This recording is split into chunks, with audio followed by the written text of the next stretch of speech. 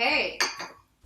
Hello and welcome to our Tiny Desk Gift Guide series, where we will be having a short chat with ideas and tips to help you choose gifts the artists and creatives on your list will love. So let's get started. Today is Sketchbooks!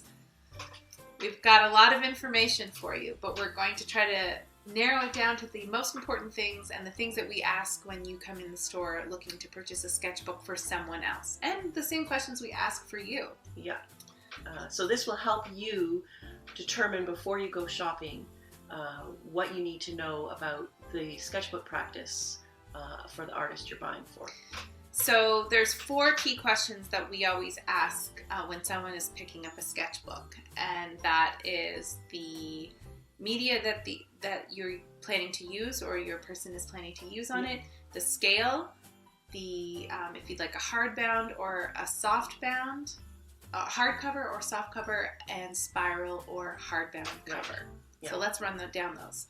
So for the media, one of the reasons we want to know what media is being used is that will determine what paper you need to have in your book.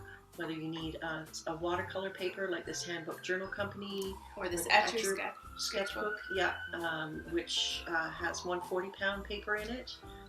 Or if you're going to look for something like a drawing paper, like the SMLT or Heinz Jordan permanent sketchbook.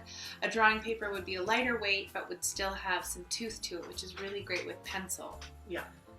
So these are the kinds of questions we're asking to help choose a paper for you.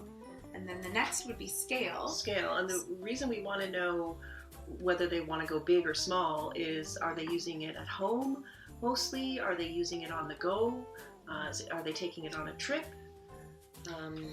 I like to keep a size. This is a Royal Talens ARTiculations sketchbook, and this is in my purse at almost all times, versus this really big sketchbook, 600 page from Art Alternatives. This is something you'd obviously use in your studio or at home. On a desk, on your kitchen table.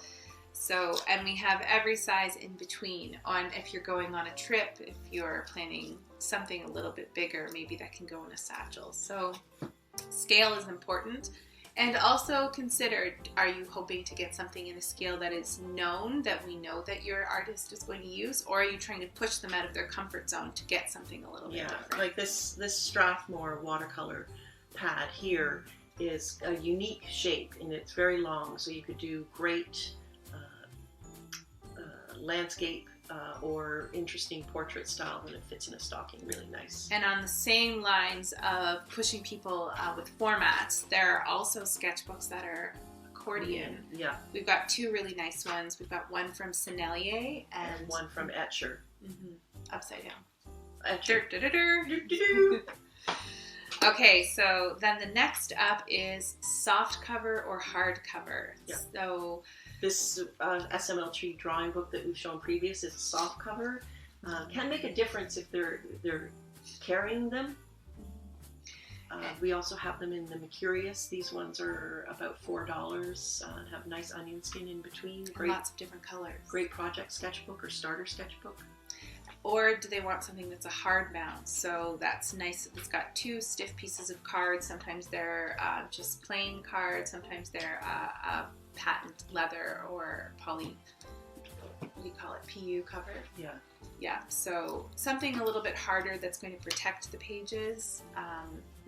And this, Marie's holding up an EcoJot sketchbook made in Canada. I was just holding up a Holbein multi-drawing sketchbook. So hard or soft.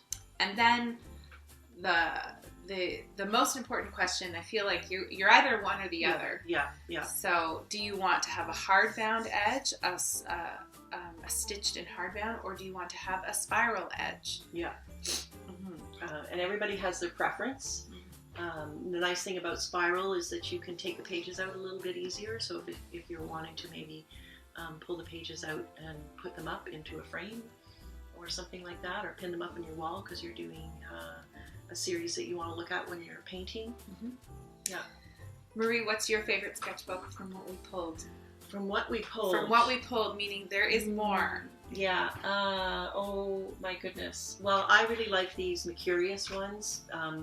because they're not very expensive. They're just enough to do the sketchbook challenge in, which we'll talk about in a second. They make a great project book. They have onion skin in between, so you can draw on both sides. And it's a great stocking stuffer too. I have 3. Oh. I have 3 here. I am not surprised by this. Okay, so I have 3. I've got my tried and true, which is the Heinz Jordan Permanent Sketchbook, made in Canada, stitched every 10 pages. I love this book, and I have it in many different formats.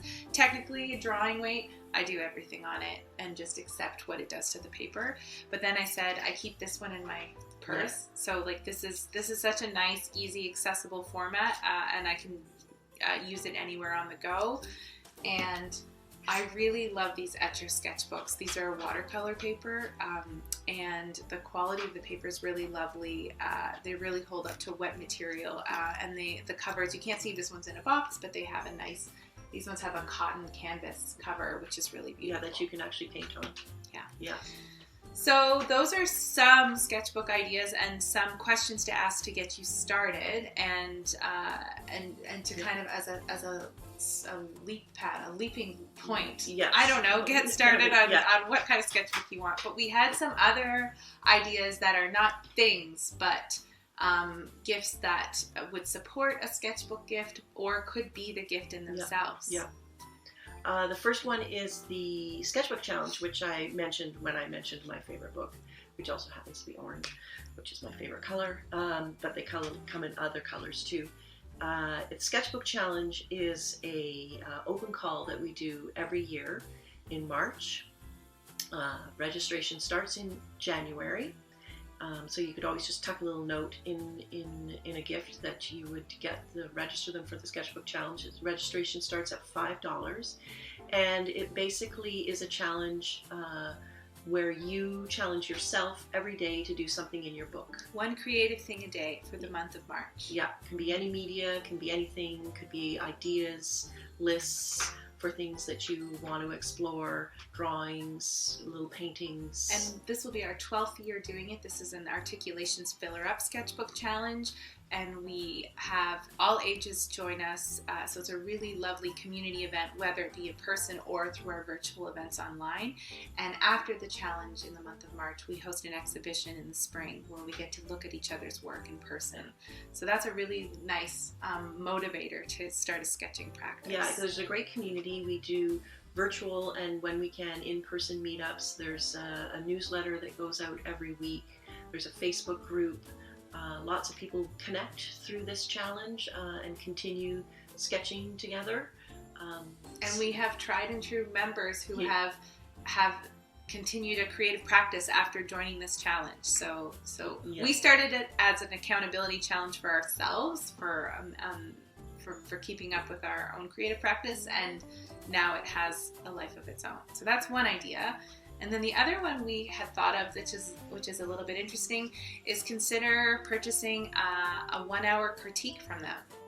Where, how, what does that mean? So a 1-hour critique with potentially an old professor or teacher that they had worked with in the past, or somebody from the arts community that they are inspired by. And you can reach out to them, and it's a way to have a conversation, to look through their sketchbook work, to have a fresh lens looking at their work and giving feedback, not whether it's good or bad, but ideas that they see coming through that maybe as the artists themselves they're not necessarily picking up on. Yeah. Themes, marks, maybe inspiration to try a new media, to explore a theme that you don't even realize that you're doing, and get more focused on something.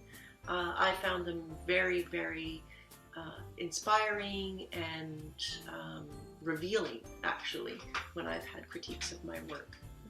Yeah. So if that's an idea that's interesting to you, and you're still needing some support of where to get started, you can always give us a shout and we can try to point you in the right direction. Yeah.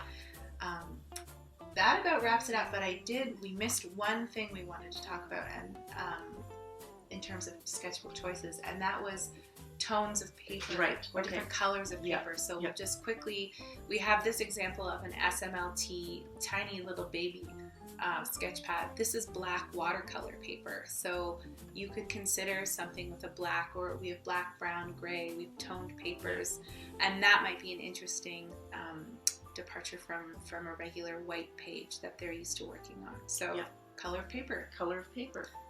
So there you have it. Thanks for joining us. We'll be popping in a few times a week from November 15th to December 10th. If you want more ideas and links to the whole gift guide series, check our Instagram and our blog. Thanks. We'll see you next time. Bye-bye. Bye.